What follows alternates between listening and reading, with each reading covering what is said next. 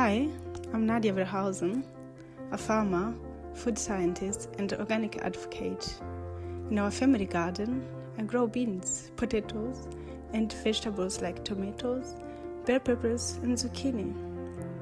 I choose to farm organically because I believe the true sustainability isn't driven by profit, but by conviction, by a responsibility to care for people and for the environment.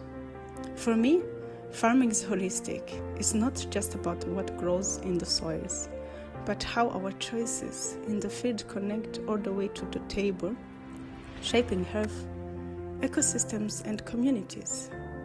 So, I ask consumers to reflect. How would you feel if food were grown only for economic gain?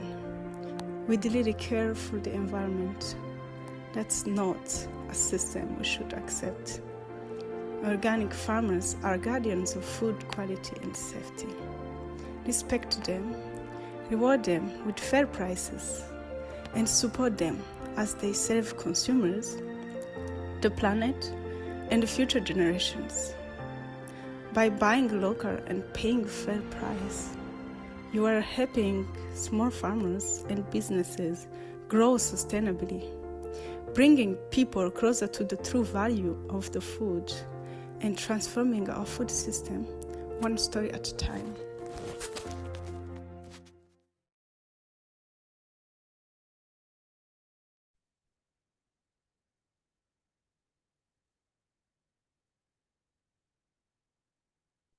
Good morning, good evening, good afternoon, everyone. I hope you can hear me well. My name is Thales. I'm organic farmer from INOFO. I'm based in Brazil. That's why I said good morning, because it's 9 a.m. in the morning here. But I know that we have participants from all over the world. So thanks for your participation independently at your time zone. And I'm very, very happy to be here with all of you to moderate this beautiful session with amazing speakers. And I Grow Your Food is a campaign that you have been organizing together with IFOAM. It's a strong partnership between INOFO, the Intercontinental Network of Organic Farmers Organizations, and IFOAM, the International Federation of Organic Agriculture Movement. And today we will be sharing beautiful stories, beautiful experiences with different farmers, with different groups in different countries. And I'm sure it will be very, very inspiring, because we are talking about farmer-led futures, how we can build sustainable organic enterprises from the ground up, rooted locally. So the discussion today, I'm quite sure that will be very, very inspiring for all of us, even for myself, that I already know the speakers, but we always learn when we share. When we talk about our own experience, we always learn as well. And today, that's the proposal. So, to not take much time from my own speech, I would like to invite the speakers to introduce themselves better than me for a quick round of introduction. So let me start with my friend Floris from Samoa. Are you there, Floris? I know that's very late for you. I hope you didn't sleep. I'm here. Thank you very much, Thales. Yeah.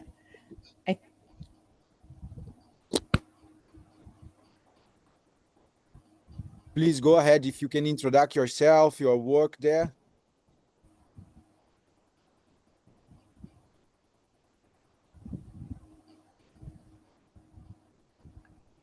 Hi, everyone. I think they were going to play a video. Okay, 1 second. We have some delay on internet. Farming internet is always a challenge, huh?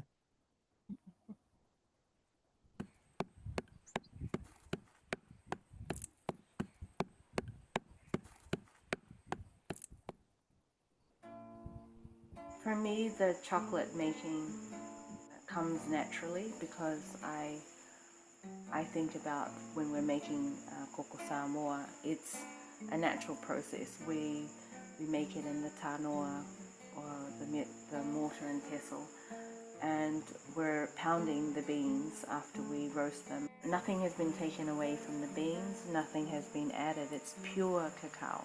And when I think about cocoa at its purest form, I think about all the health benefits, the nutrients, the goodness that's in it for everyone, but especially women. Cacao or cocoa is very high in magnesium. With a bit of research and experience in my own post-harvest processes on the farm, it didn't take me long to realize that you know, it's so important to ferment the beans for at least 5 to 7 days. It helps to bring out the best flavor, the complexities, and the unique qualities and characteristics of your beans. As a cacao grower, it's important to know also the other fruit and nut trees growing around your cacao, because that could add to the complexity of the chocolate as well. So it's just like anything, like wine or honey, it comes out in the food. I'm a big fan of tradition, but I'm also a strong believer in creating new traditions with food. I think this is where my creativity comes out in using cacao for food, for putting it into the savory food. I'm cooking with the cocoa paste when we're making sweets. There's endless uses for cocoa. Over the last 2 decades, craft and artisan chocolatiers all over the world have been really pushing for closer collaboration with growers to help them understand and learn from each other in creating new bars. Cacao and cocoa is an ancient food, it's a medicine, it's a life source. It's one of those things that you have to keep innovating with and create new.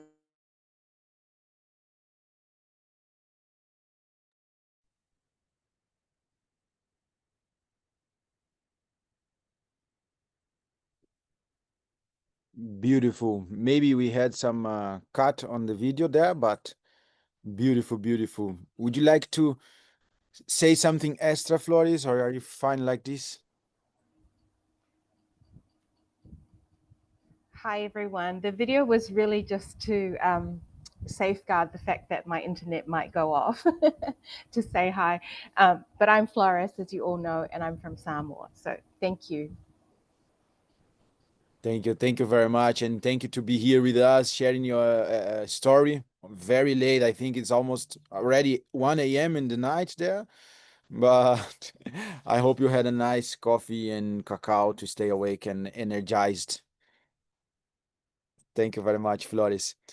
Let me invite here Devesh Patel, my friend from India. Are you there?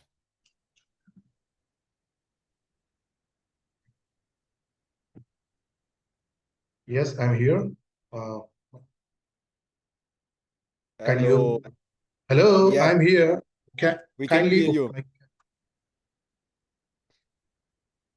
Can you do a briefly introduction of from you? Oh yes, Namaste. I'm from India, Gujarat, my state. My name is Devesh Patel, and I'm an organic farmer. And we are working at the cooperative movement. We have our state largest organic FPOs farmers group, and we are working with them. My designation in the FPOs being a president to working with my larger than larger organic and nature farmers group for the secondary agriculture services support and marketing providing. So we are working with the farmers under the cooperative movement. Yes. Thank you. Beautiful. Thank you. I think I don't know what's your time there, but after lunch ready, no? Yes, yes, yes. We will eat to let together. Okay, I hope you had a nice dal there. Great, thank you, Devesh. We'll talk soon. Yeah. Let me call here Sylvia. Sylvia, our friend from Kenya. Are you there, Sylvia? Okay. Yes, I'm here. I'm trying to put on my video, but it said it's been disabled by the host, but I can just proceed? Oh, okay, fine. That's okay. Oh, perfect. Okay, hi everybody. So my name is Sylvia Kuria and I'm from Kenya. I'm representing hopefully the African continent. I'm an organic farmer for the past 16 years, very passionate about working with smallholder farmers, entrepreneurship and advocacy. And I look forward to sharing my story here. Thank you very much. Thank you, Sylvia. Thank you. I'm very happy to share this session with you. That's I'm quite sure I'm inspired by your story, but I will let you to share with the participants soon. Okay, now we passed from the Pacific to Asia to Africa. Now we move towards Europe. Pauline, I'm not sure if you are in Switzerland right now, but I know you are based there. Good afternoon.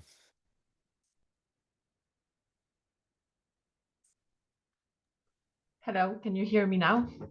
Yes. Yes. Hello, everyone. I am Pauline Buffle from the Foundation for Farmers Organizations and Restorative Action. I'm not a farmer, but I've been working with farmer organizations for the last 15 years. And in FORA, we have 3 pillars of work, which is strategic communications and policy influencing, investment readiness for farmers organizations, and brokering finance as well. And I'm very happy, Thales. Thank you very much for the invitation. We are very happy. Thank you very much to accept and to be here. Even if you are not a farmer, your experience is huge for all of us. Thank you very much. Okay, now we know all of us. As I told you in the beginning, I'm also a farmer. I'm trying to develop my moderation skills, but I'm a better farmer. I grow mushrooms here in agroforestry systems in Brazil. And I'm also member of INOFO, of FORA, and partner with IFOAM. And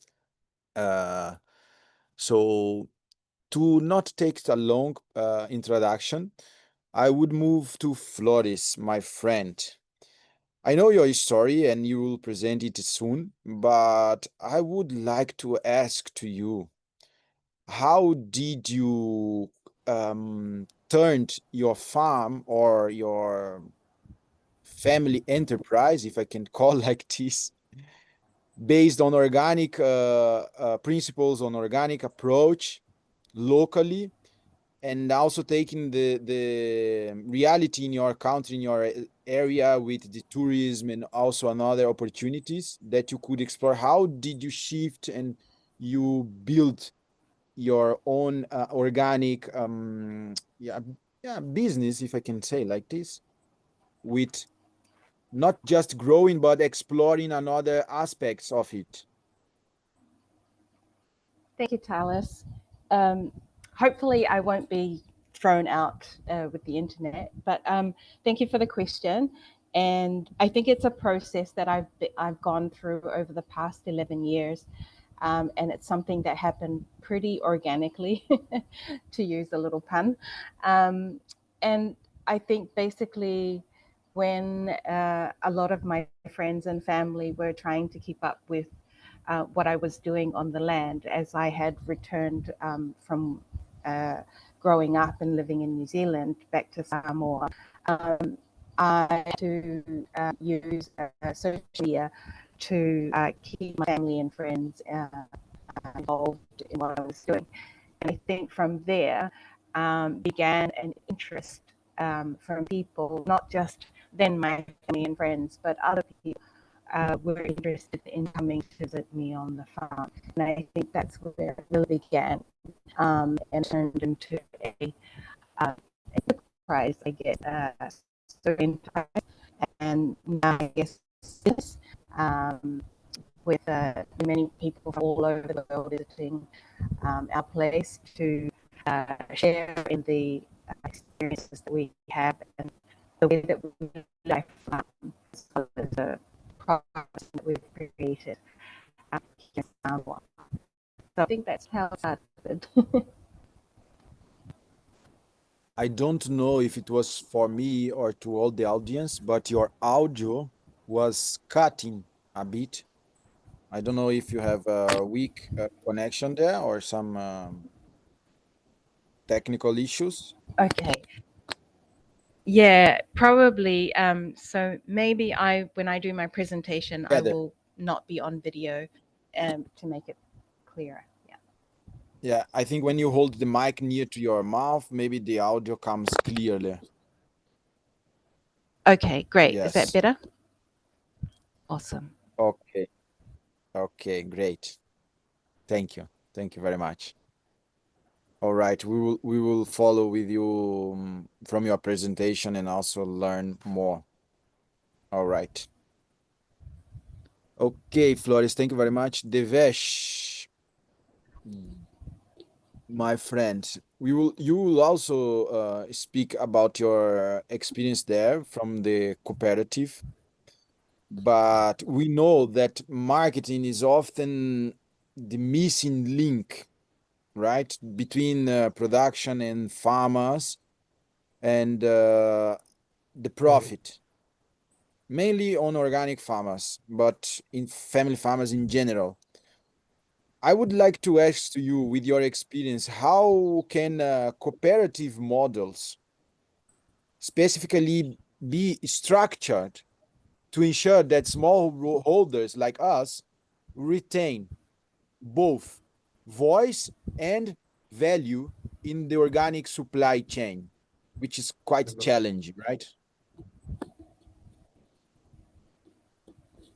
So, hello, Thanas.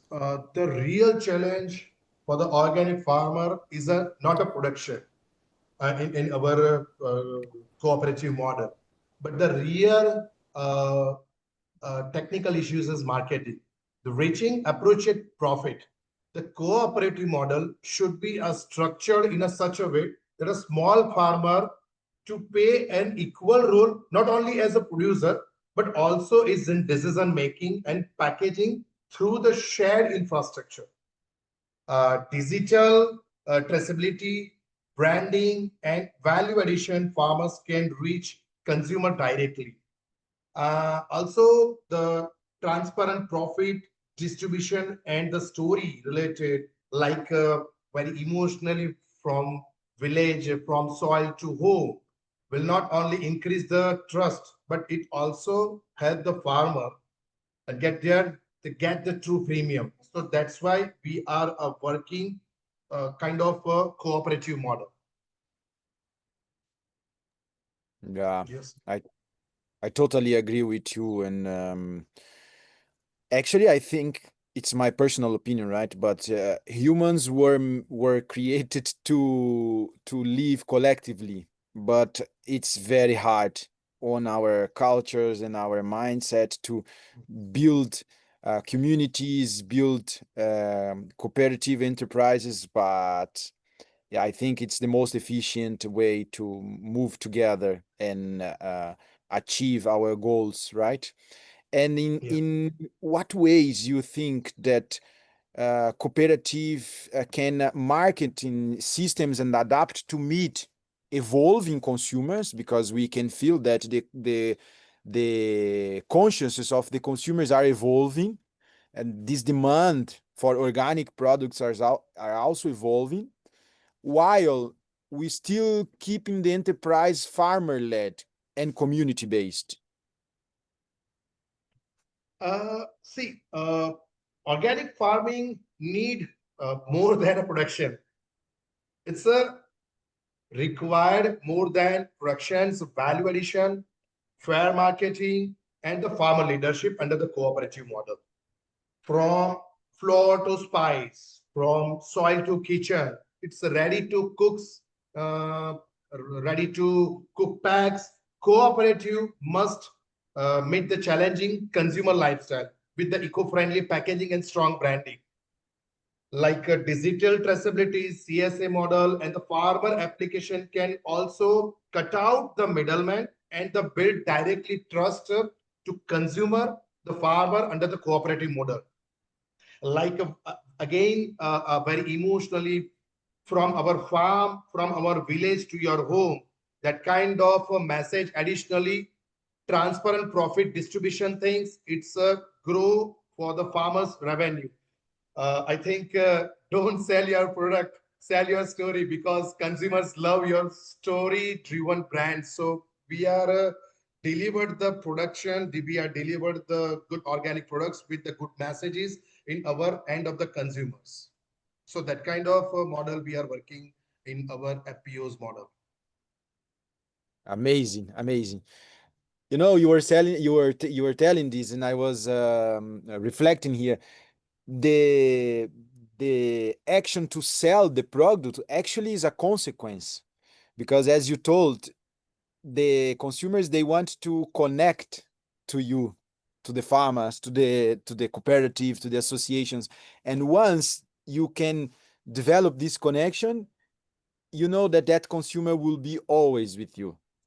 And I think when you will present your story there, you also will share some ideas and also ground experience with us that Yes. also prove it, because I also feel it here on my side as a farmer. I'm not a cooperative member, but I also feel it with my family business, and it's what we can do.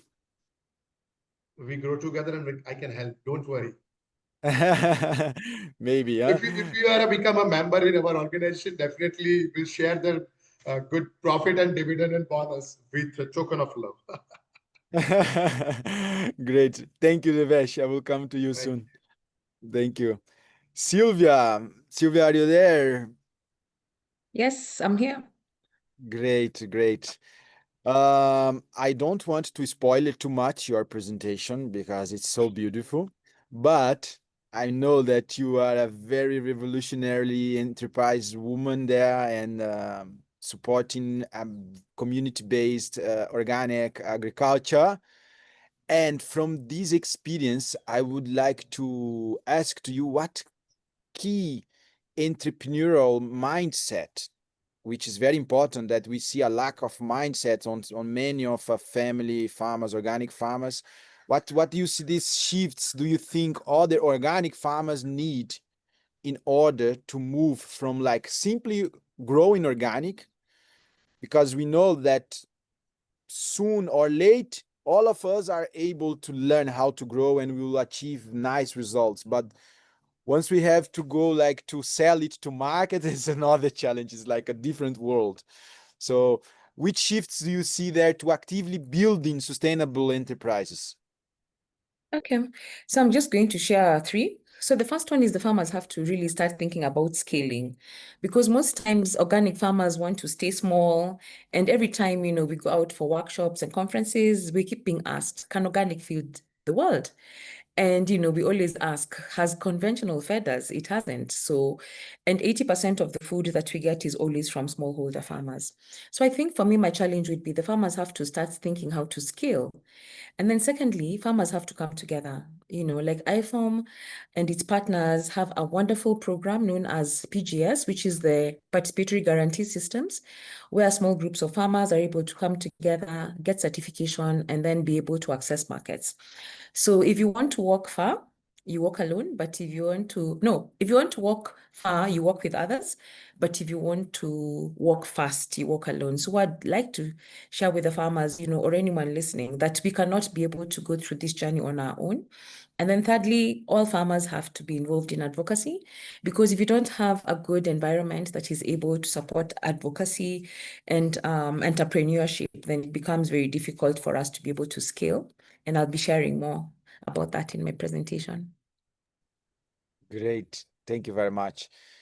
Yeah, we here in Brazil, we are also a member of a PGS association. And just last week, we had a national meeting from the all PGS of Brazil with more than 40 PGS associations. And it's beautiful when we understand and see how this methodology works, how the approach from the ground organization and the peer-to-peer visits and the sharing knowledge is far beyond just a paper or an organic standard. It's so deep over there.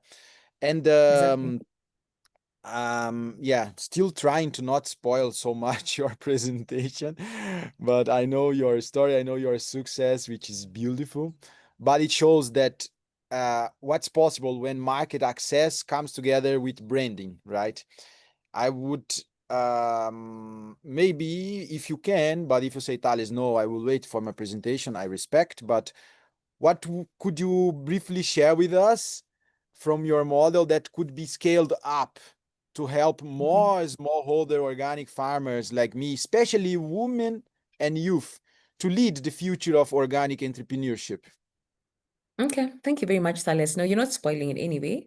So we have the option of the Kilimo brand, which is like for us in Kenya, it's our PGS mark. So branding is very important because how do you be able to differentiate your products? How will people actually know what your product is, how it looks like, and how you're able to actually market it as different in the market? But something I want to say, I mean, I've been doing this business for about maybe 10 years right now. I started with home delivery, then I went into retailing where I had a shop, and now I'm doing aggregation. So what I can just say for women and youth and anyone else who wants to be able to move very well into the business, I have enjoyed doing aggregation, whereby we are able to have a center, bring all our produce together, and then we're able to bulk it up and get one big customer. So that has worked very well. And I think aggregation, again, is another way that we can actually be able to grow PGS groups. It's another way of farmers coming together and being able to bring together their collective ideas, their collective produce, and be able to source for much bigger markets. So for me, I'm going to share about aggregation and coming together with farmers, being able to get a big supplier is the one that has worked the best for us. Amazing. That's very, very powerful. When we talk not just about value addition, but also aggregation. Yeah. Thank you very much, Sylvia. Thank you. Sure. Before we go to Pauline to also talk to you a little bit, I have some important informations that we also post here in the chat for the audience. That we have the Q&A box here under the Zoom tool, where you can ask questions to the participants. So please, who wants to interact, to ask, feel free to interact with us there. And also, this webinar is available in multiple languages with the AI powered captions, right? So you can click on the CC icon here, show captions, and choose the language. I cannot promise that the AI has all languages, but many are available, right? So that said, I want to see if Pauline is there with us. Yes, I am. Yeah. Hello, Pauline, again. Great. I'm very happy to talk to you here as well. Pauline, okay, you are not a farmer. You have said it in your introduction, and it's okay. But we know that the farmers, they don't exist alone. We need to be all integrated, right, as a society. And I know you are also going to share with us in your presentation, but knowing you already, I know your background and your work with the farmers organization and all these farmer environmental that you have been dedicating your professional life. And I'm quite sure that you know that farmers organization promote impact. We create and we deliver impact. And despite this proven impact, we from farmers organization often struggle to attract consistent investment, right? It's not easy. We know that's there, but it's always a challenge. And from your own experience, your work, what strategies do you see as essential for elevating our visibility as farmers organization and also funding for farmers organization? So enable us to drive the next, if I can call this next wave, this next swell of organic market access and also innovation. Thank you. Thank you very much, Thales. It's a very good question. It's a bit the million-dollar question that is not so easy to answer, and I'm still trying to answer. But I mean, as you say, farmers' organizations have proven again and again how powerful you all can be when linked together, when coordinated, when working together. But what I've been seeing a lot is that being politicians or investors, public support, nobody still realizes the multiple services and added values that farmers organizations provide, right? So I'm thinking one of the solution, and that's what we're working towards, and it's not the only solution, but it's really to increase the visibility around farmers organizations. It's about showing the world, and it's interesting because in my last job in IUCN, we were still struggling to convey the message of the power of farmers organization. And I think you all need to show how you're different from other civil society organizations, how you're most of the time built from the ground up, really rooted in local realities, but how also farmers organizations provide multiple services, from access to market and finance, technical support, but also be proud of the cultural and social services that you provide in certain contexts, and of course the policy influencing. I think I will go more in details in my presentation, but I think like Sylvia and Devesh mentioned about marketing, I think there's a massive effort and a big investment that needs to be made from the farmers organizations. And I know you don't have time. I know you're all farmers, but I think it's something that is worth investing in, is communication about yourselves, about the services you provide. And also linking together in campaigns like the I Grow Your Food, but really the strength in number. And again, also something similar that Sylvia said, I think it's really getting together and getting out with powerful messages will raise your profile, and then hopefully raise the trust as well, because we also know there's sometimes the trust issues, and raise more, attract more investment in the great work that you all do. Yes. We have very limited time. We need to produce, we need to sell, as we were talking with Sylvia, and I totally agree with you when we are looking strategically that we have this lack of not communication, but strategically communication. How to scale up our own skills as not just as individuals, but as organizations, to communicate better and to show what we are doing and how we do it differently from other bodies in the society. And it's challenging, and also because communication is quite of a power battle, right? When we see big companies with big players, and they are selling like very bad food to the society, but when they communicate, it sees they are selling like the best, the healthiest alternative for all.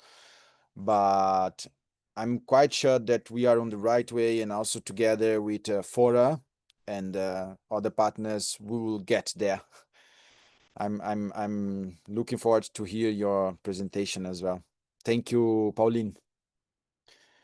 Before we move to the presentations, I would like to invite here Andres from IFOAM. Are you there, my friend? Hey, Thales. Hello, everyone. I'm here. Thank you. How are you, Thales?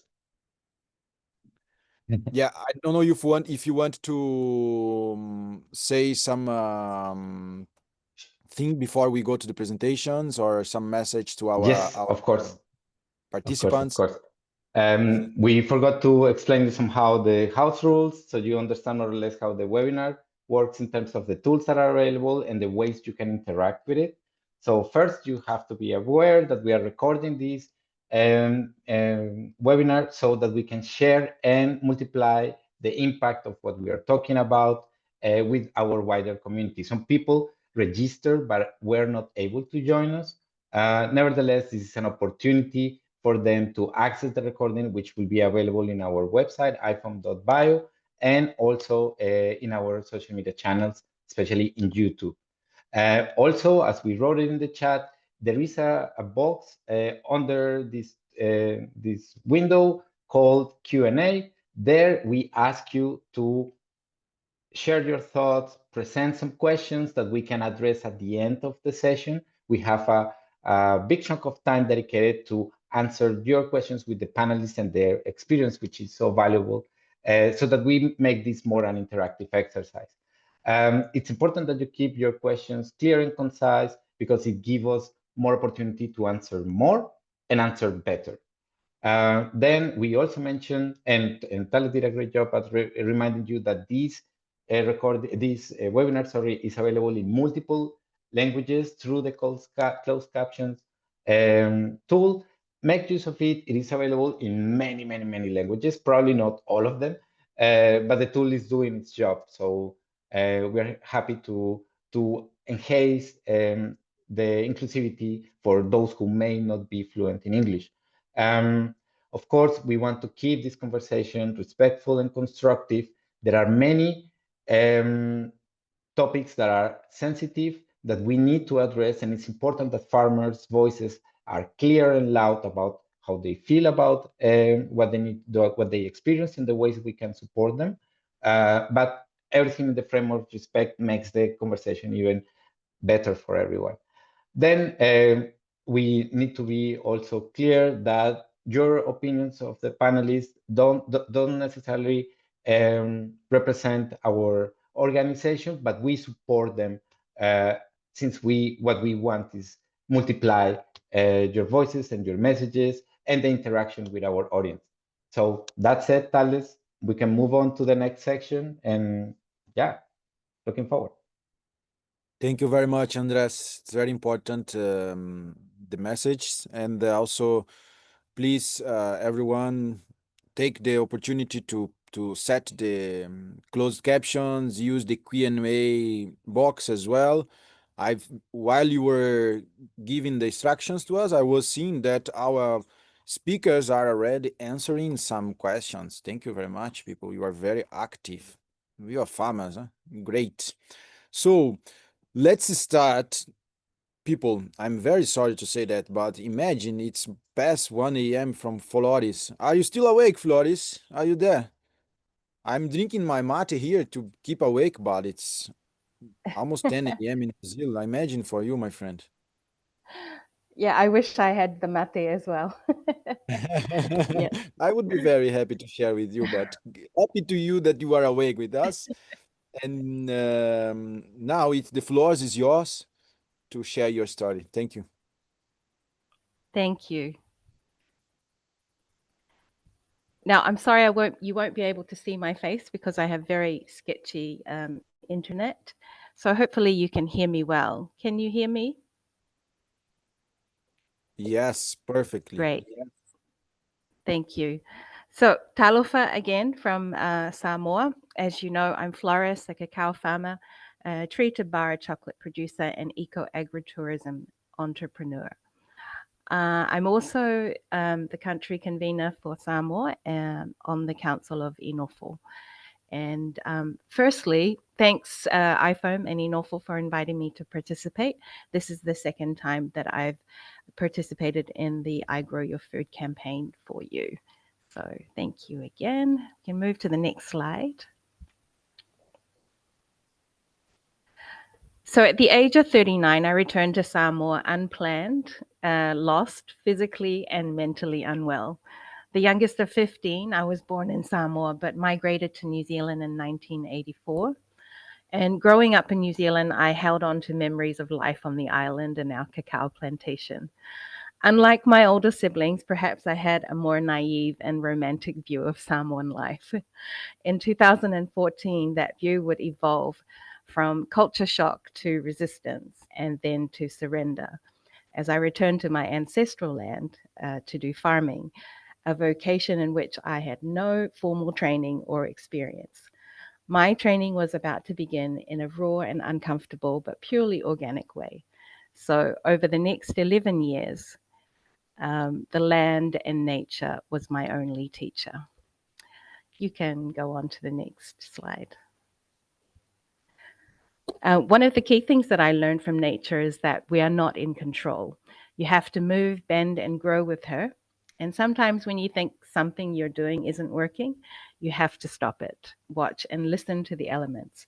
Like our ancestors, we have to learn nature's cycles, the moon, the stars, the sun's heat and the rain's intensity, and the wind's directions. So this has been my roadmap to organic farming, and I know that it has been a huge part of our success so far. Next slide. So since our land has been a huge food forest for our family and village for 4 generations, I did not want to disturb this system. Despite the threats of climate change and constant influence of governments wanting to expand, commercialize and monocrop everything, my instincts told me to work with the landscape and not to change a thing. Next slide. So why cacao? We already had plenty of it. I'm the 4th generation cacao and coconut grower in my family. Samoa has a beautiful love affair with cacao, not slavery, thank goodness. We were the only Pacific island with a domestic consumption of cacao since its introduction in the region in the 1880s. So we consume more than we export. Next slide. And if we can go to the next slide.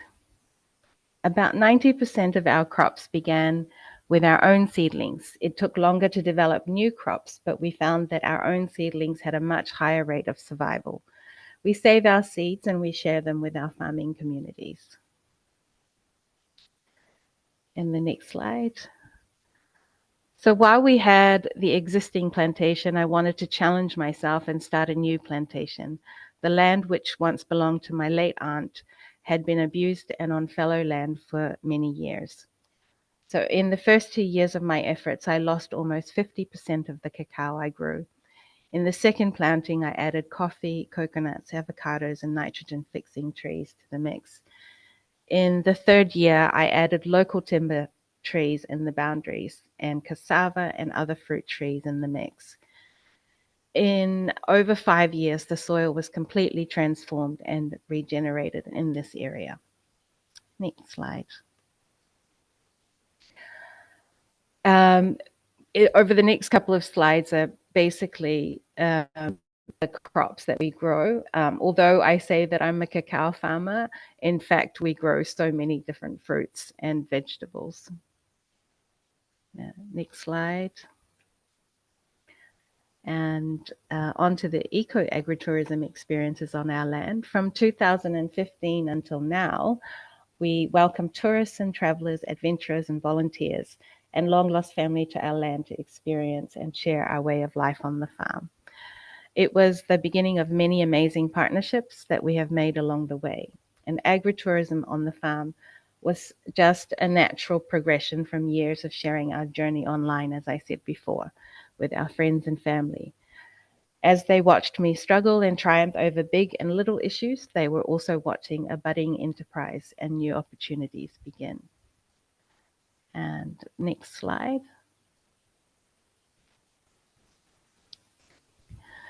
So the first real visitors on the farm came as an answer to a call for support. The harvests were plenty and I needed help. I solicited support from volunteer organizations such as HelpX and Workaway. And that was the beginning of our woofing adventures. And we had many people from all over the world, from even your country, Thales, has been in our land.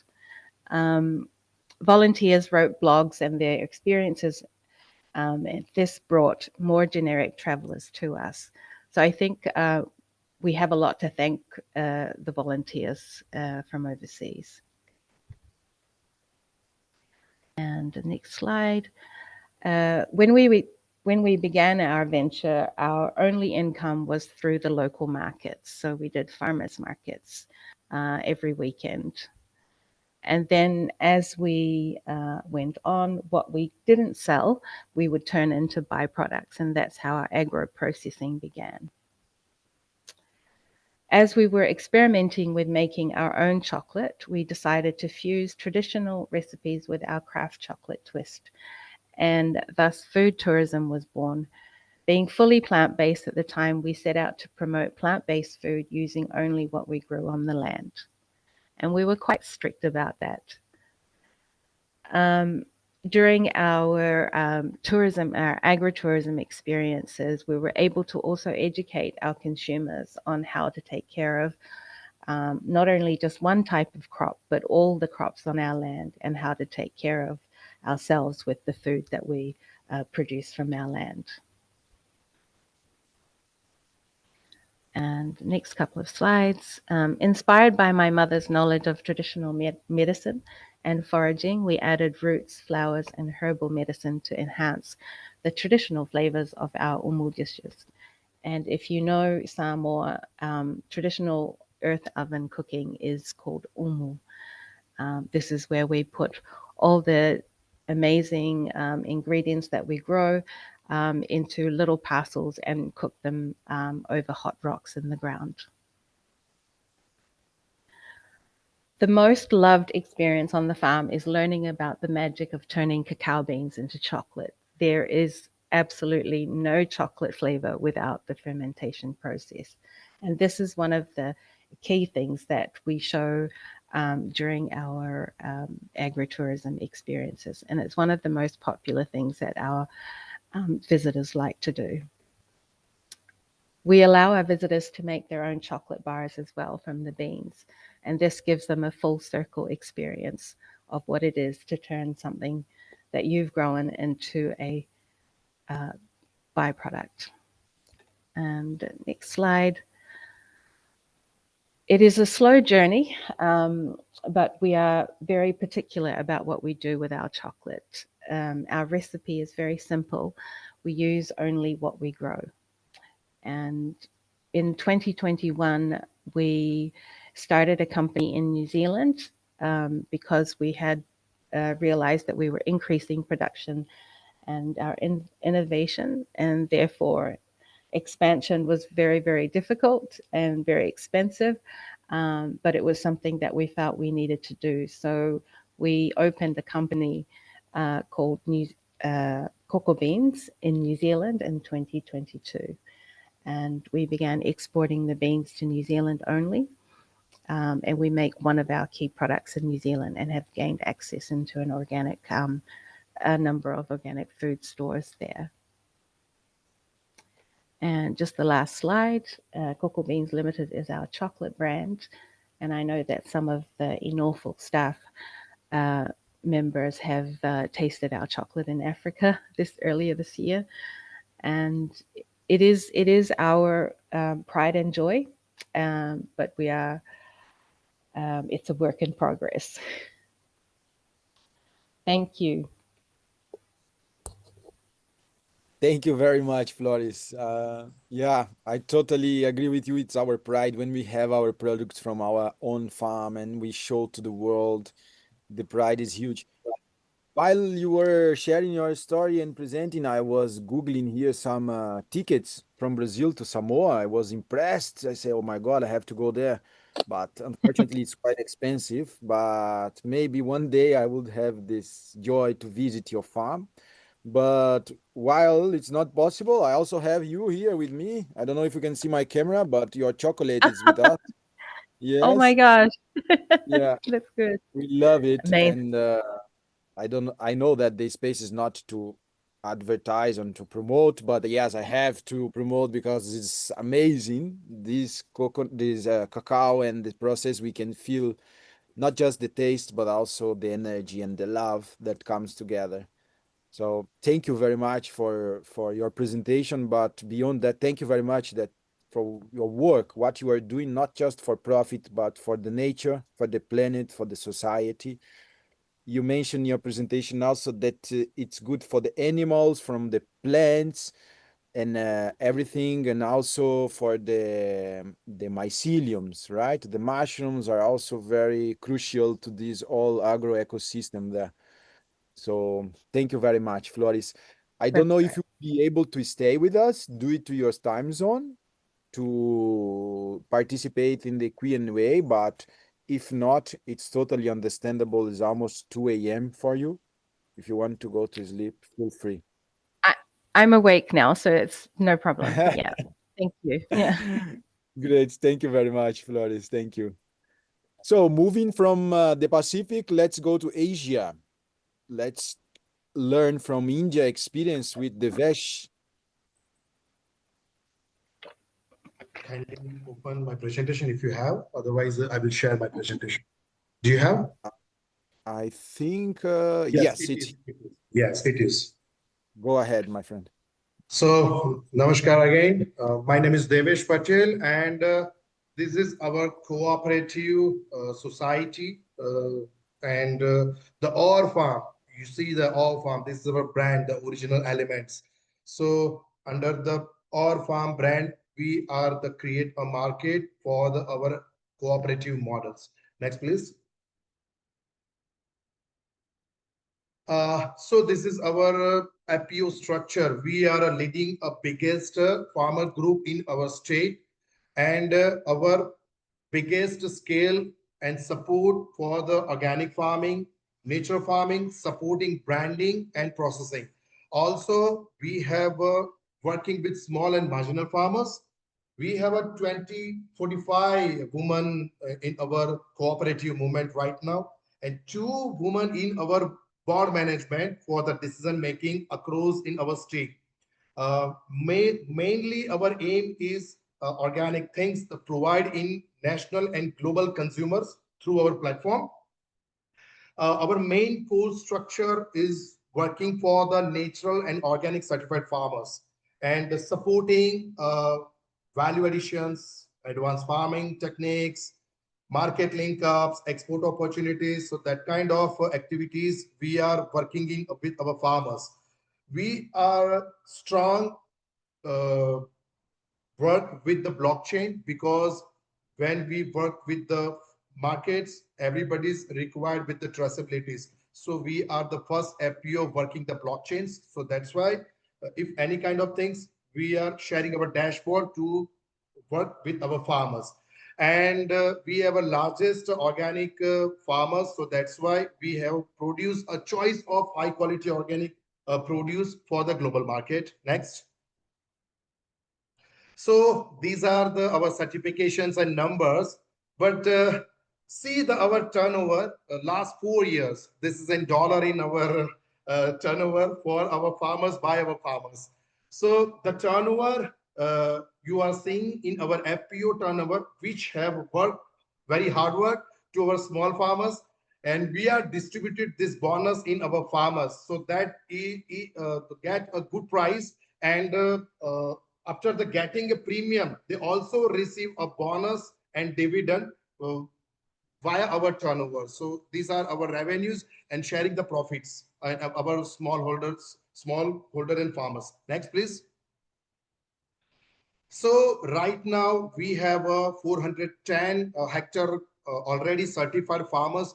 They are our shareholding, and 200 hectares now conversion, and they are working in conversion areas. So they are also waiting for the business model. We have also 3 processing unit for because our farmers don't have any kind of small processing units. So our cooperative movement have 3 kind of processing units. So whatever they require, we give you a training, we give facilities for that. Our most board members are expert in various sectors and supporting schemes. So that's why if any kind of required our farmers help, our near team board member, they can help for that marketing. We have 2 warehouses. One is a cold storage, one is a parking warehouses, and maximum farmers, we have a certified organic lands. Next, please. These are the samples, our commodities and products. Next, please. So main focus, what can we do and what can we deliver by the cooperative movement? We always work with the contract farming, nature farming. We are providing services and training value addition. We are providing advanced organic farming training. We are providing agronomical service, bio input service. We are not selling bio input, but we are guide for the input services. We are facilitating and providing and technology transfer, the processing, packaging, labeling, because this is a very interesting subject. Farmers don't know about the label and packaging. So we are prepared for that local and global marketing. We have a processing units. So we are providing the services, marketing facilities. right now we are working export opportunities. So, and last but not least, now we are focusing in consumer awareness program, because if the consumer will aware, definitely farmer will get the benefit by the consumers. Next, please. Yes, this is our strength. We are first organic blockchain FPO. So whatever we work, it is available in our dashboard, and our buyers and what they require. We are sharing the dashboard with traceability, transparency, and trust. Next, please. So we are working with our state, but there are many lot of FPOs and cooperative movement working us. So if they any kind of required a training, processing, farm visits, they have questions. So definitely our core subject is also supporting extension activities for that. Next, please. Yes, the main work for our local farmers, we are providing and we are working with the local strong support. So the main objective of the FPO is to make farmers self-sufficient. Wherever we find opportunities, local markets, we provide them a local market that can connect directly with the consumers. And we have helped them increase their income by creating like holiday market, Sunday market, any kind of special subjecting market. So we are facilitate them the farmers market. Next, please.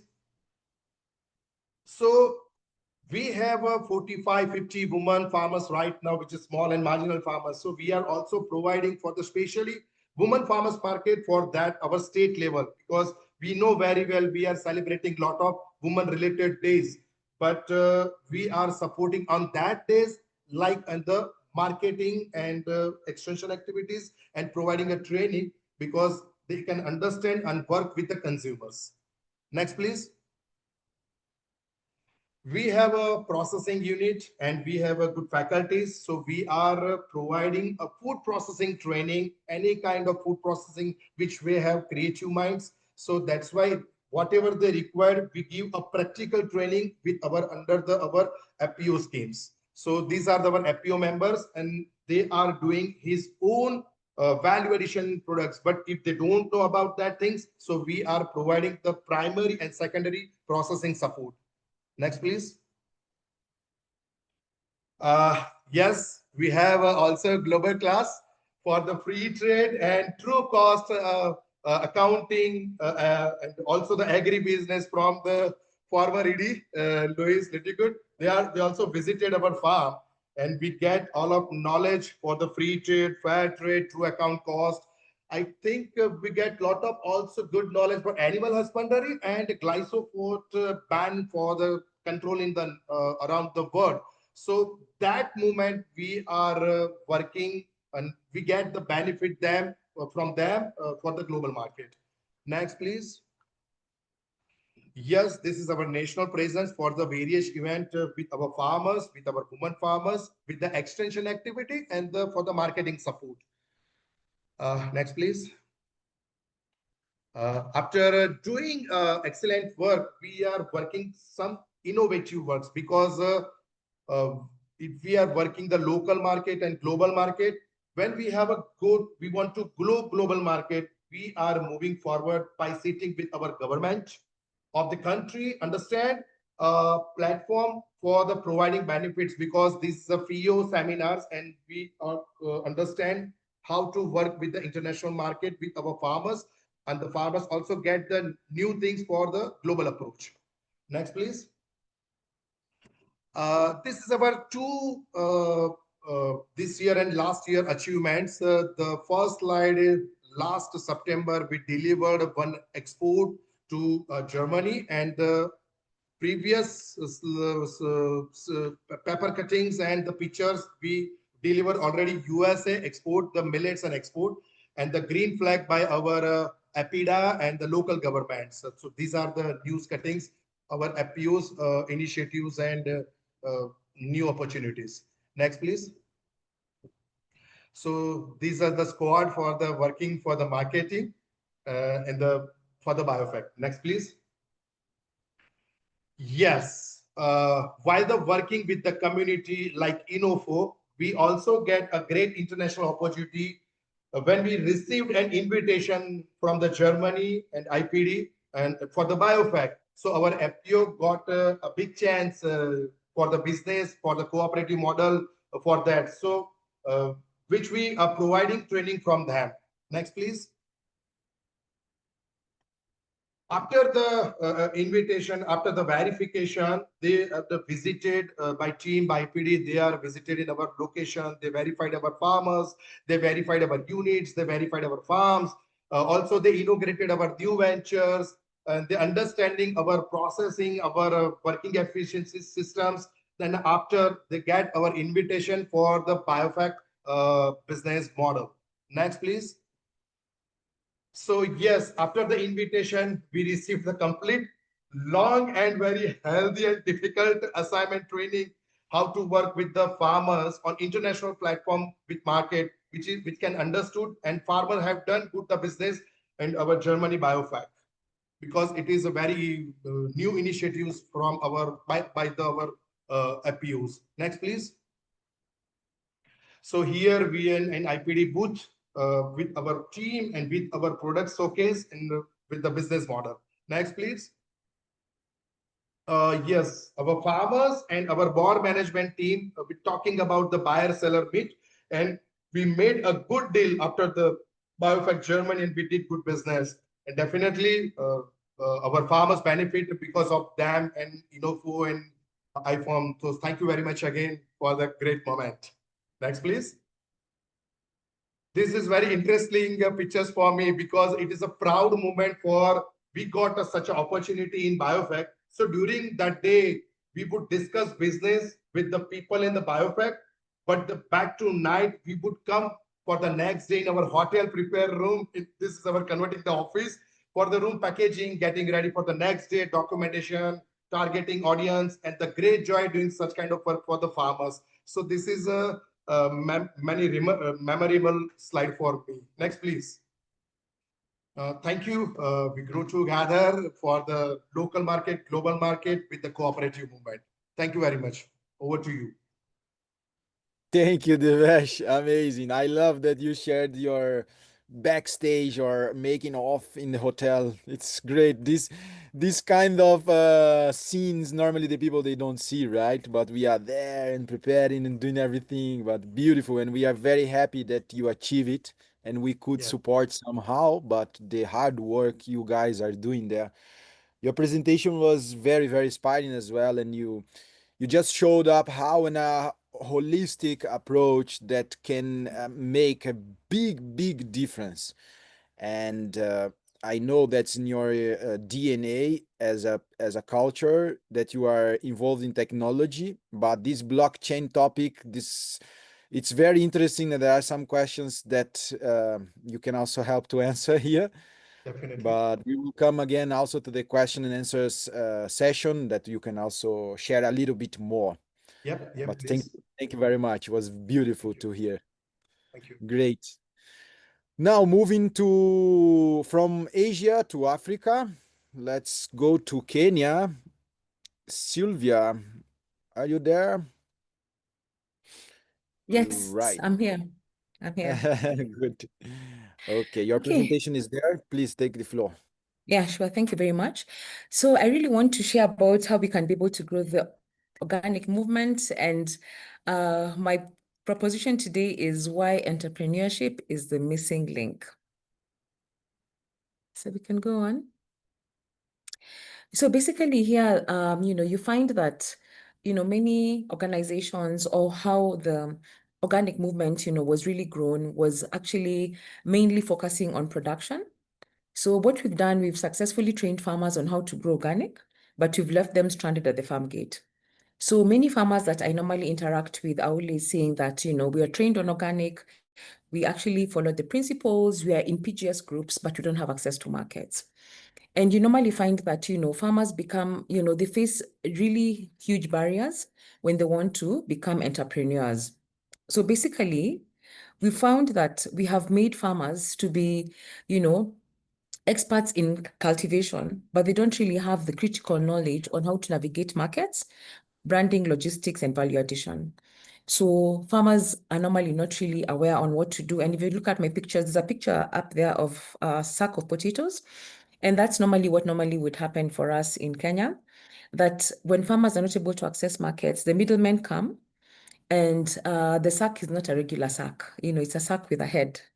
And they normally charge very poor prices. Say if that sack was meant to be like maybe like $200 for the sack, you'll find that they'll still add a head that has an extra maybe 40 kilos, and they'll still charge the $200 for the whole bag.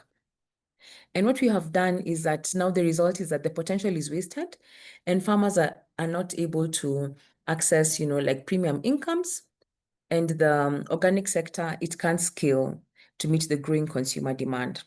So for me, I just see that there's a very huge gap, from the whole food system. We used to call it the value chain, but now we're calling it more of the food system. When you think about the production, there's a huge gap. We're not really working on the other aspects of the food system, and now not thinking of how do we get this organic produce at the end of the food system, which is the consumer and the markets. Okay, next. So the solution, advocacy and capacity building. So for us in Kenya, I'm going to share our success story. We've been able to really have some good advocacy initiatives. And nationally, we actually have the National Agroecology Strategy that has actually been passed. That was in last year. And right now we have 2 counties, like districts, that have actually passed the agroecology policy. And this year we are slated to have 3 more passing the agroecology policy. So what we're just saying is that want to be able to create a conducive environment. And how do we do this? We're able to work with governments and policymakers to develop supportive regulations and incentives to make organic entrepreneurship attractive. In my slides, you can see up there, there's something written, policy brief, cultivating an enabling business environment for organic input sector in Kenya. And, we're actually working and pushing our advocacy initiatives with different organizations also within the country, just to see how we can be able to create this business environment, how we can be able to make the entrepreneurship space for organic and agroecology farmers very attractive. And, for this to happen, we really have to collaborate. And, we need to be able to provide farmers with the tools, not just to grow the food, but then also how to sell it. And something exciting I also wanted to share today is that with IFOAM Organic Academy and Kenyan trainers, we're actually working towards a pilot to see how we can be able to help smallholder farmers access organic markets. And hopefully very soon, we are still working on it, still lots of work to be done. But we hope, one day we'll have actually a toolkit for smallholder farmers to be able to access markets. And this toolkit will be available globally through the IFOAM Academy. So I'm really excited that at Sylvia's Basket, we are actually pushing for advocacy, we are pushing for building the capacity, and we are moving from production to actually building capacity of farmers to access the markets. So next. So a case study. So basically, I want to share about my story as Sylvia's Basket. And when we started off, we really had a vision to connect farmers directly to conscious consumers. For myself, when I started farming, it was just on a small kitchen garden, and then we've been able to expand to a number of acres. But when we started off, I know we really struggled because we always had to sell our things at throwaway prices at the farm gate. And I said, if I'm going through this and I have exposure, I have education, by God's grace, I'm able to have network and I'm able to talk to so many people, and yet I'm struggling to get a market. So what about the farmer who is down there? What about the farmer who doesn't have the networks, doesn't have the mobile phone, the smartphone to get the market? So for us, our vision is really to connect organic farmers with conscious consumers. And over the years, we've been able to grow, we've grown into a thriving business. We've overcome, different barriers in terms of market awareness and distribution.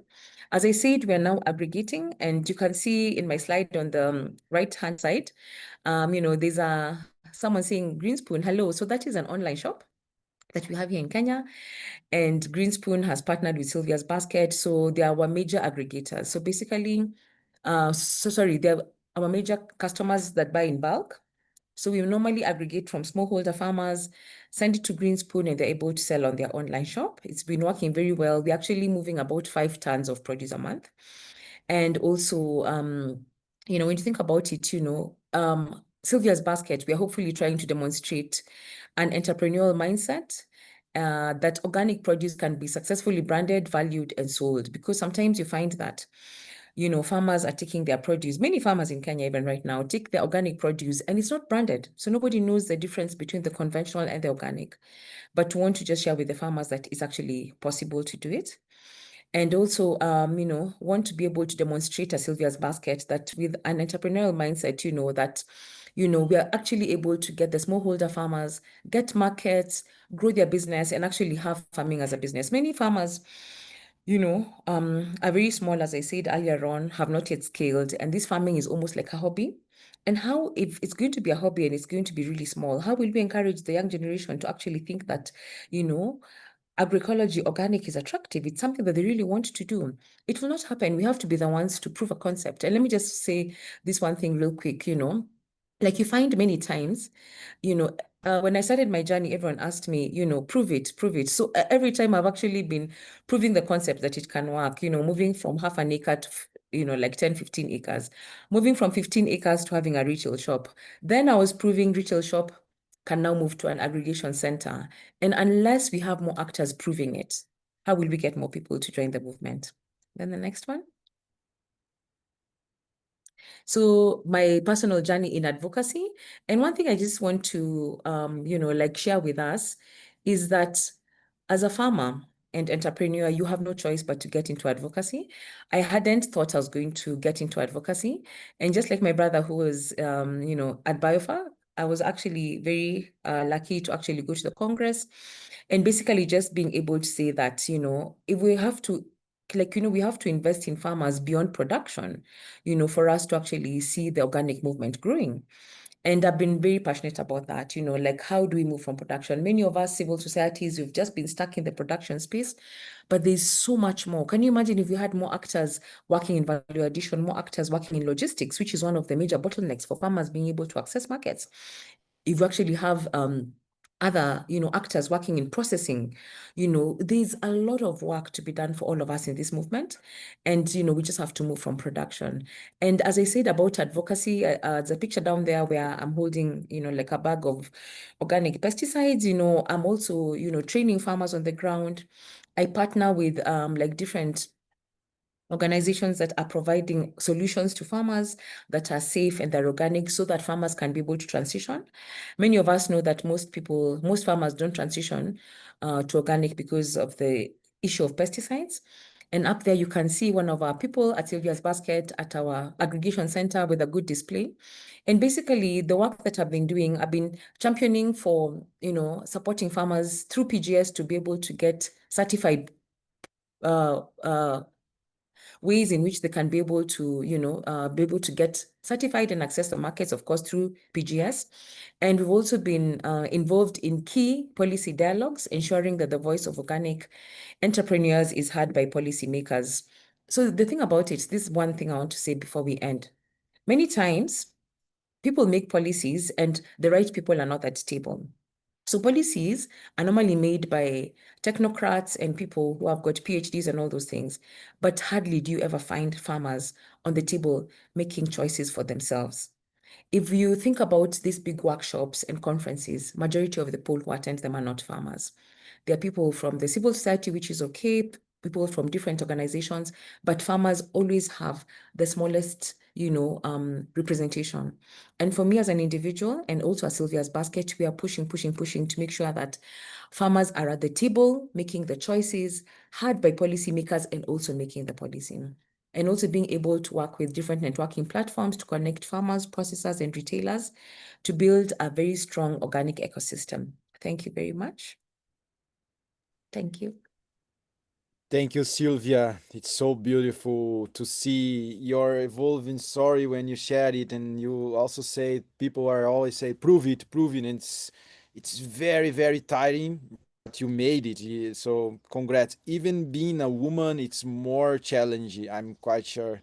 But congratulations, and it's so beautiful to see that and understand that the challenges in Kenya are very similar in Latin America and in Asia and all around. That's why the power of our network is so huge. And for sure, we are together. Thank you. Connecting this last point that Sylvia shared here with us about policy, about creating these spaces, being there, I'm quite sure that Pauline's experience and also for a proposal here, it's quite connected to this message. Pauline, I welcome you here on the stage. And please, the floor is yours. Thank you. Thank you very much. So yes, definitely a lot of what Sylvia said again resonates very strongly with me. So just to give a bit of context of where I come from. So I used to work in a big international conservation organization, and it's kind of the mirror of what Sylvia was saying about policy making. So I was very involved in climate change negotiations, in biodiversity convention, all the UN big negotiations. And there's a lot of money also going around, a lot of money about transitioning food system to more organic, to more agroecology. There's a lot of money, but it never gets to farmers' organizations. So that's really where we came from, and that's why we also wanted to have a foundation dedicated to farmers' organization. Is really because you have so much value.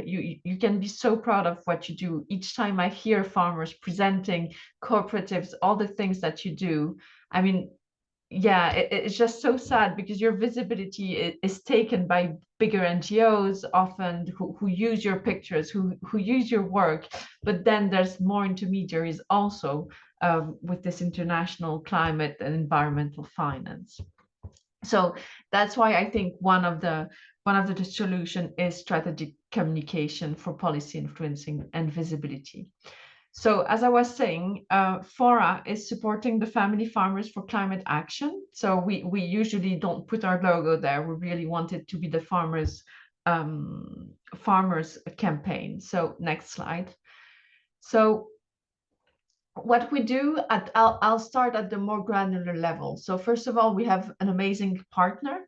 It's an international agency in strategic communication. So they're really experts in like digital platforms and especially media, because at the end of the day, even if it's online media or newspapers or things like that, politicians, policymakers, and consumers, still a lot of them read media. So what we do is we help support farmers' organizations to increase their visibility. So, I mean, again, all the presentation, I mean, who doesn't want to go visit Floris Farm? Who doesn't want to support Sylvia's work? So it's really just about using all the tools now that we have, like on social media, and using all those tools to share more what you do. And I think also we do provide sometimes some support, because the storytelling is something that most of you are quite used to, because it's just talking about your lives and about your work and about nature around you.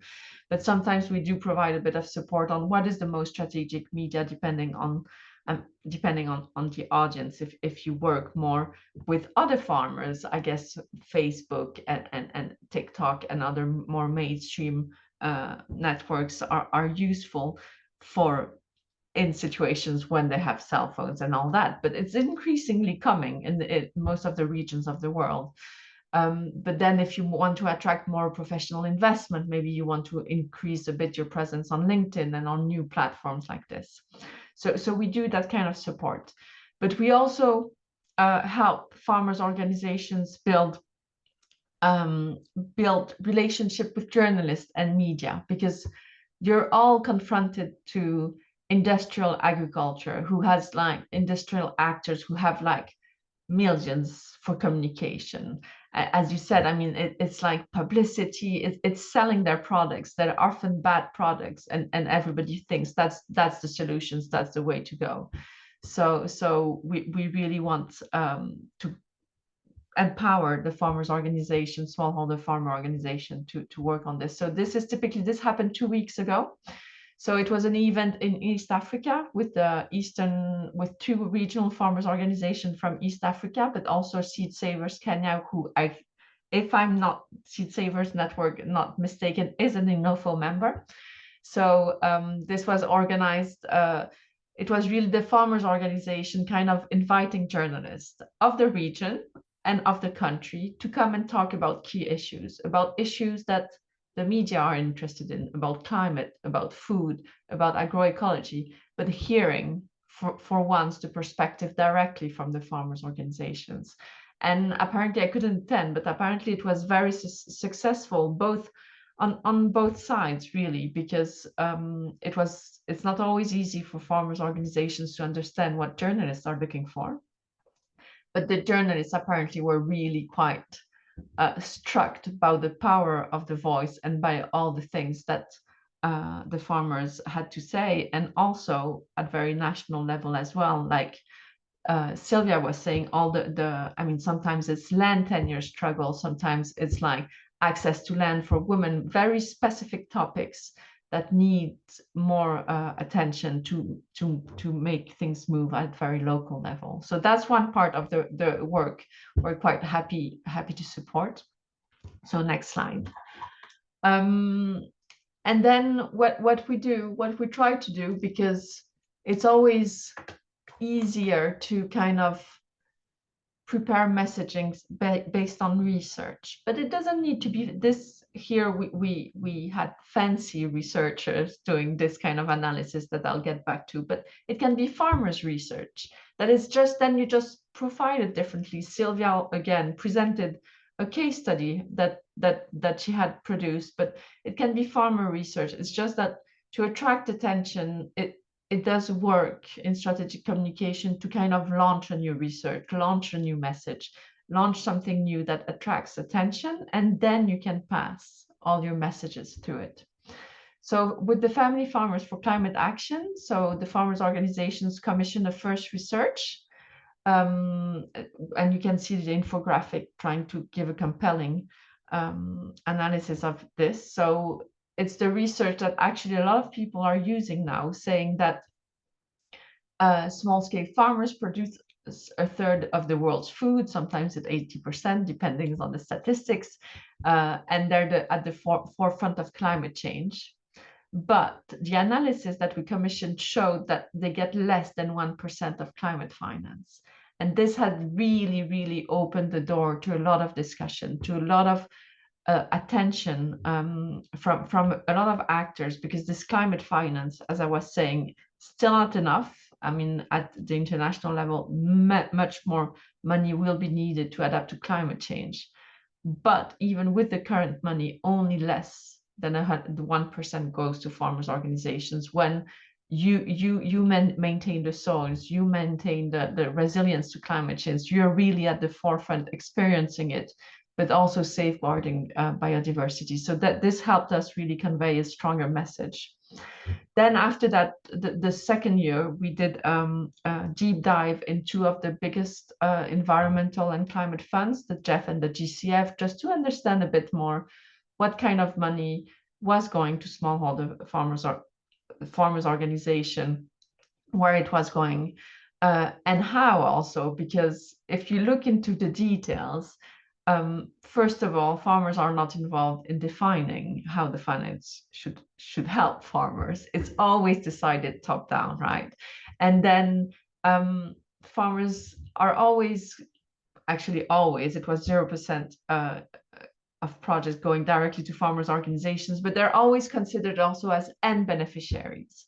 But how can you like change the food system if you don't attend these types of webinars, if we don't involve farmers organizations in defining how things will change, if it's decided in like northern countries or in big capital cities around the world, but no farmers are at the table, it's really not going to work very well. And I think we have both biodiversity and climate change crisis that need to be addressed, and that's why we're also pushing for more involvement in farmers in those processes as well. Next.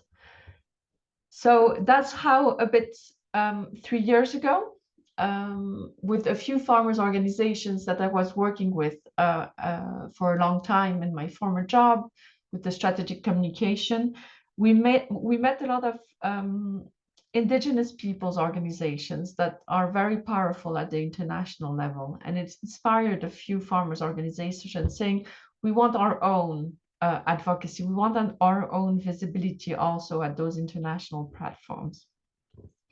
And that's how it's taking time. It's getting a bit more traction, but we're quite proud to say that now we have 9 regional farmers organization member of the campaign and 2 international ones. Sorry, I thought INOFO's logo was not there, but it's there.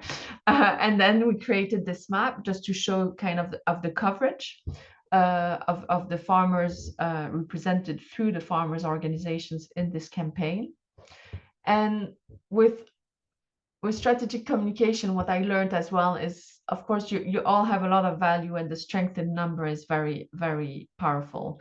But you need also to have simple asks. So that's always complicated, and it gets also a lot of, I mean, it's a lot of farmers organizations from different regions, different contexts. So it does get a lot of work and a lot of clearance on different messages. But we try to be very simple and to keep it simple. So the campaign asks were really originally around having more climate finance. So it's really 3 asks, which were more and better finance for farmers organizations, more investment in agroecology, and a seat at the decision-making table. And we had the chance of convening in April in Tanzania a meeting with all the representatives of all of those farmers organizations. And from what I've heard, it was really quite unique because it was regional and international farmers organizations convening together. Nobody talked at them. There was no external speeches. It was really just farmers organizations speaking together. And on the last day, they invited funders and policymakers to come and listen to their asks. And the 3 asks that came out of this meeting was to call for national reform, to unlock finance for smallholder family farmers. And here you all know your local context. I mean, it can be like better interest rate. It can be national land tenure reforms, sometimes create problem. It can be the right to create cooperatives, which in some countries is still forbidden. It can be readjusting subsidies, revising the fiscal policies in some contexts. And then the second ask is really about global reform, as I was saying, for more and better finance. And again, it's more inclusion of farmers at the decision-making table, which goes also under number 1. And also all this money going through so many intermediaries, like it's a market in like international cooperation that could go directly to farmers organizations for way more effect, is also something we're really calling for. And then finally, all the organizations agreed that they want to create a fund, a farmer resiliency empowerment fund. So this is still in the making. There's a working group working towards that, but they're really considering developing their own climate fund to have as a mean to kind of avoid too many intermediaries, and this would be a farmer organization led fund. So this is something that all the leaders are working on. It's still in process, but it's I think also quite a powerful ask to show that you are you have structures in place, you have the knowledge, you have access to millions of smallholder farmers, you have a business sense also. It's not like money is like out of nowhere. You're in markets, all of you. So it's really something that we're working towards. So all I can say is just continue doing the amazing work and really shout and be proud of what all of you do, because sustainable, I mean, agroecology, organic, however you call it, is really the solution to the many of the global crises. And I encourage you at getting together, keep raising your voice, and just keep doing the great work. Thank you. Thank you very much. Thank you, Pauline. You untapped very strategic points. Like normally they are people discuss it behind the scenes and they are not disclosed or open to the wider audience and to understand this engineering of the NGOs, farmers organizations, and governments, and everyone on this parallel market. It's very, very strategically, and the role that you as individual, but as FORA is playing right now in our network it's very, very needed.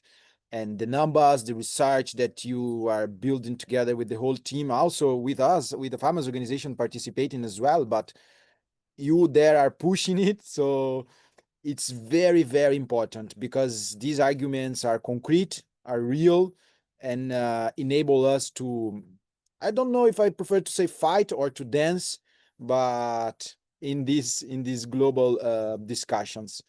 Thank you very much, and we keep working together. So now with these 4 inspiring presentations, we go to our next part of the webinar, where we have the questions and answers from audience. So I've seen here in the box that many of the questions were already answered by the speakers, but please feel free who wants to ask or wants to place a question here for a specific speaker or in general. And while you are asking here, I would like to ask Floris. I've seen here people also ask it to you about your farm and want to know more. How did you get these tourists? And if you can briefly share with us, how was your experience to start exploring the agro-tourism there?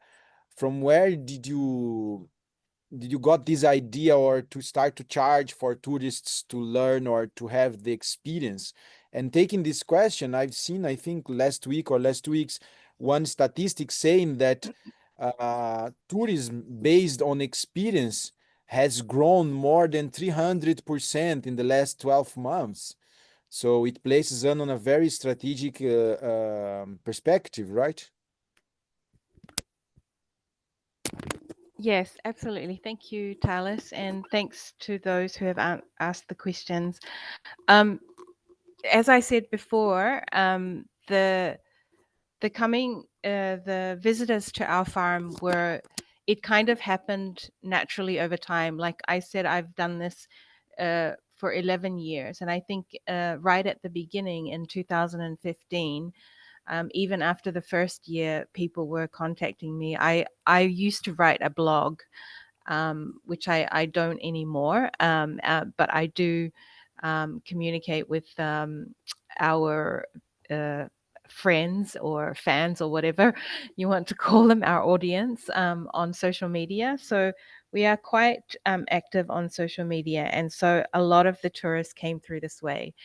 At the same time, we had many people who visited us and wanted to lend a hand, wanted to help us get more people to come, because they knew that I was doing this pretty much alone. And I think I didn't mention that before. It's been a very challenging road trying to do this alone. And eventually it does really kind of wear you down, but that's where it was important to write a blog and to communicate with the outside world, people so far away who can give you some encouragement, but at the same time can send you people to visit and to come and experience. So it was a curiosity over social media, and then people started flowing through that way. And then I realized that actually this is an opportunity for me. And it really didn't kind of take off until during COVID, because there were no tourists in Samoa during that time, and anywhere, I guess. And so we started to create kind of like famille tours for our family and friends to come and support us, because we were in these bubbles. And when we were doing that, we started to perfect the way that we were servicing, and we were kind of putting together our product, if you like, for people to come. So it was from our family and friends during that time that encouraged us and told us that you should do it this way, you should be showcasing this, you should be, you know, whatever ideas that they had, we put it all together. And then we came, we put together 2 types of tours. And we only have 2 types of tours. It's a full tour and a half tour. And our full tour is like a 3-hour experiential, you know, like a full sensory experience of cacao on the farm. And it includes the traditional lunch, which is where we cook the food in on the earth oven. And people to come not just to eat the food that's been prepared, but they actually come to make it for themselves. So we just show them what to do. And then, you know, they put together all the ingredients that we've lovingly grown on our land. And so the people started seeing that on our posts. And then that's, of course, escalated. And basically that's how we've been here. But now as I said in the answer, that we do now have registered ourselves with a couple of agencies, tourism operators. And so some of the more VIP tourists come through that way. And we put together kind of separate packages for them. So yeah, it was difficult to put all that together in 7 minutes. Sorry. Thank you. Yeah, no, totally. And just to share that after we have also discussed and shared some experience between us this year, we also started to explore it in our farm, and it was like a success, you know, and it's also very interesting income together with the production, with other pillars from the farm, but it's very interesting. Thanks for inspiring and sharing, Floris. No worries. Thank you. Devesh, are you there? I knew that you had a power cut. Maybe you are here. Yes, I'm here right now. I'm back. Okay, great. Thanks, Internet. I've seen here in the box you already answered, but there was a question from Hannes, our friend. He's in Uganda, also working with farmers' business. Very interesting. But if you could explain a bit more about this blockchain structure that you are using for traceability.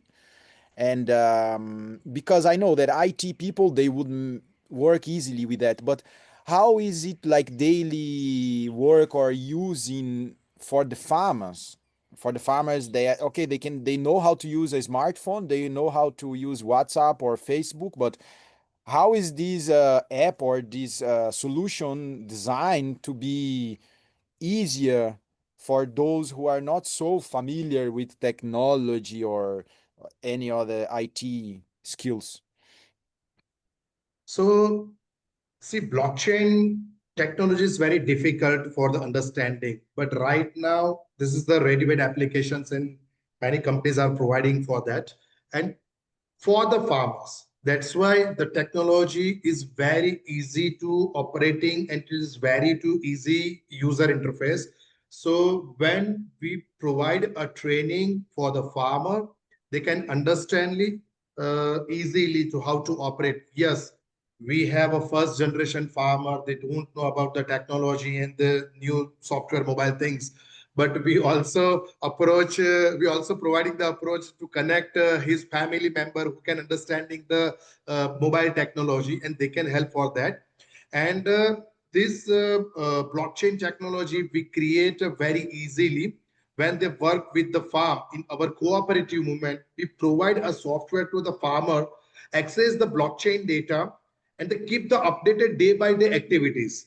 The farmer, all the data keep getting the uploaded via video, via pictures, via task management until the product finalized. The blockchain data will not closed if they are not working properly. So if the completed the data finally done in the application, so it will be available in our dashboard. Also, we can check the live, and of course, whatever the consumers are demanding, the traceabilities about the trust, the genuinity, authenticity, working with the seeds, working with the inputs, working with the weed management, the all our data the uploaded by the farmers, and they can access by QR code how they work, which farmer, the packaging, where the pack, everything is inside. And also not only blockchain, right now we are working along with this. We have started the campaign with the precision farming in the same application. In with the they can also check the precision data on his farm by Google satellites data. And now we are also added the new tool for the carbon credit. So people are accept the carbon sequestrations program for future, but still we are working right now the blockchain, and it is ready to available, and we have access the paid versions. So that's why we have access all of the authorized legal security data. Wow. I think we need a specific session for this technology blockchain. We can organize. No. I'm not providing the special techno, giving the session. I invited everything. You should come please to our country, and you should check that scene believing. You should work with the India farmers kind of next session, kind of next program. You should make a plan to India, and then you can meet the farmer, check the software, check the data. So that is the real training for the global participation. Sure. I need to learn some Gujarati words, but we will come for sure. Thank you, Devesh. Thank you. Sylvia, we got a question here from a friend from Malawi, and the question was about the organic market and then how there are challenges to market access, and it's quite connected to your presentation. Also some points of traceability, which we were talking here with Devesh. But the context on the question is how does one even begin the journey as an organic farmer?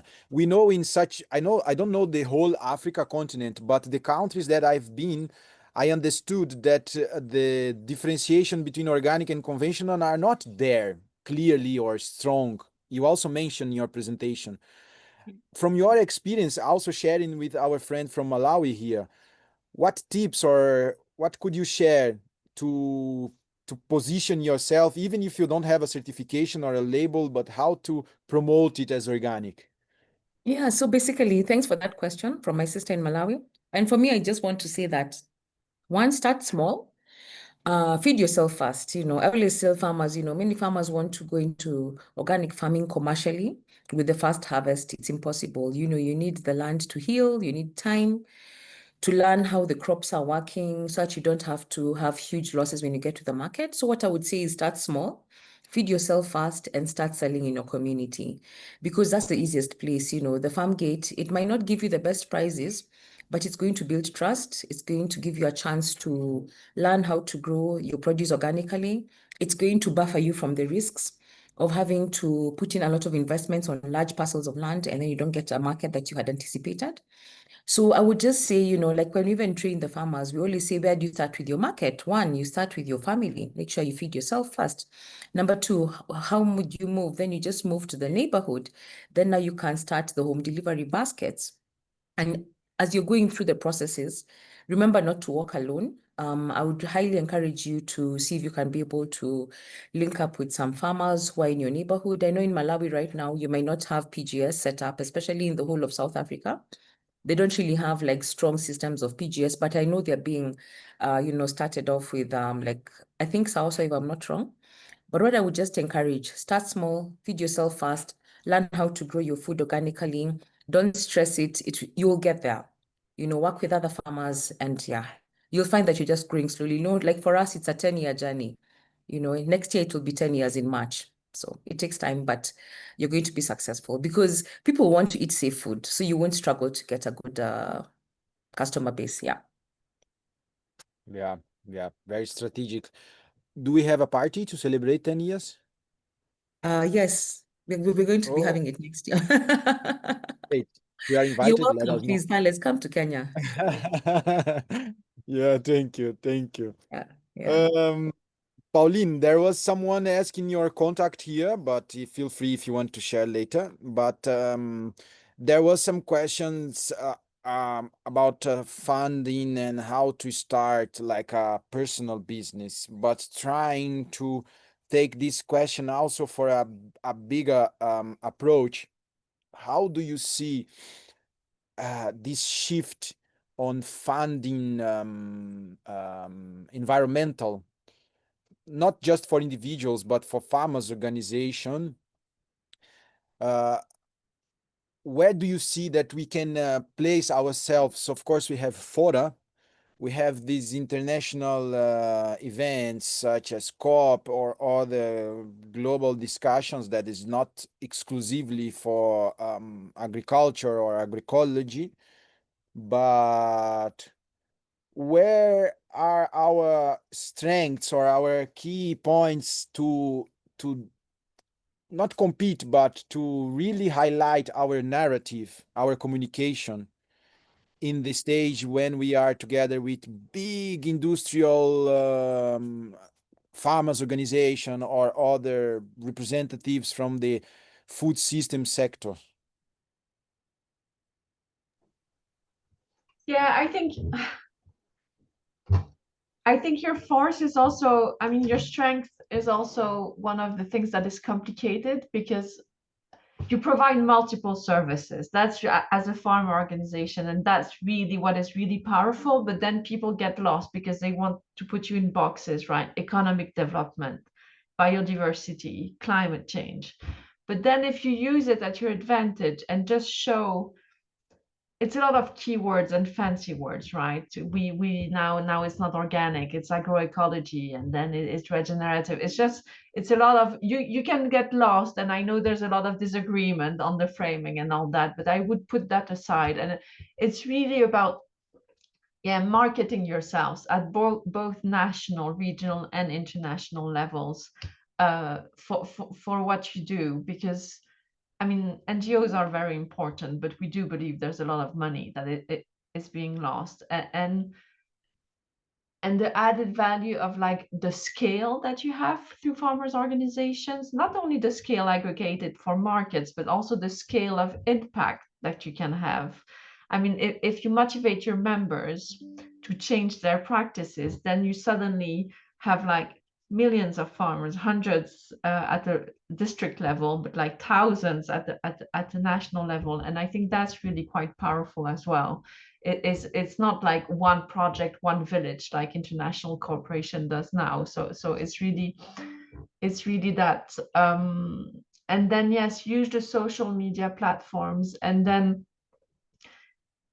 yeah, I know sometimes you do need external support to get more in touch with like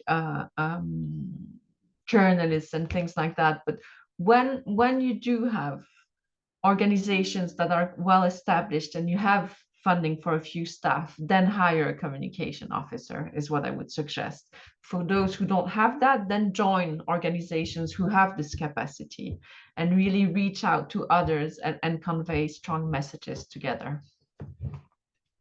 Yeah, I totally agree with you. And we see from local experience, like Floris, she was sharing with us that she invested on a blog, on Communicate, and now you are also sharing with a global approach. It's also important. So from the local to the global, we have to improve our communication, our visibility, and to really tap the right spaces and the right organizations.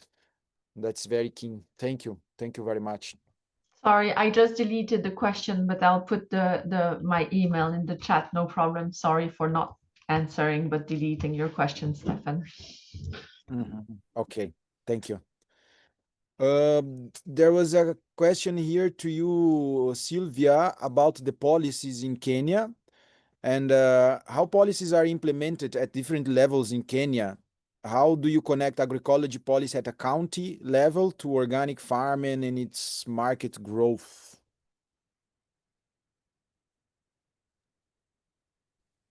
Okay, so for us, let me just give the story of a small group of farmers in my village. We're just 15 of us, and we're able to mainstream agroecology into the county plans. And it's basically very simple. You know, sometimes we want to start from the top, but the most, changes start from the grassroots. And what we did was just to take part in the government-led public participation, whereby, you know, when the government calls and bring their officers, we're always there, you know, sharing our story and seeing how we want like agroecology and organic to be mainstreamed. And it was very successful. So it's two-pronged. One way, start grassroots with farmers on the ground, and the other way is just make sure that, you know, whenever there's meetings or there are calls for any planning, you should attend. Because when us guys, we attend, we really push for organic and agroecology. But then we also got support from development partners to actually craft the policies and be able to draft them. So we have them at the county level, which is like at the district level, but now we have at the national. But by the time the national policy trickles down to us on the ground, it might take forever. So what I recommend is work with grassroots organizations, take part in the government public participation forums, and then now bring the change from down up. Thank you. Great, great. All right, dear speakers and dear audience, we had a very, very inspiring contributions, stories, insights, inputs, but we could see how we can really look at these farmers-led futures, right? How we can inspire from stories from local, from national, regional to global. And there are many, many work, I'm sure. We have many things to do, but we are already doing a lot of things.